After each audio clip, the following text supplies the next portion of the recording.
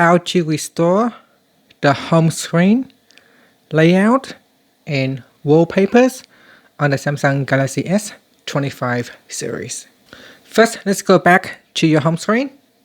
And from the home screen, swipe down at the top and then tap on the settings icon.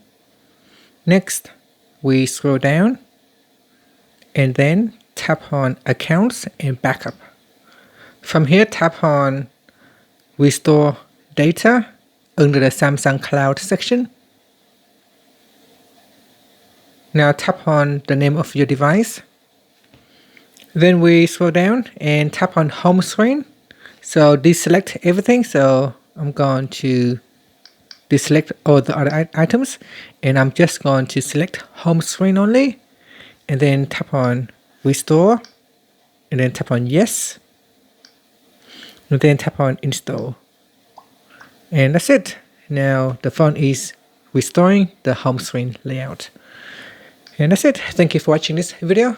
Hope you found it helpful. Please like and subscribe on my channel for more videos.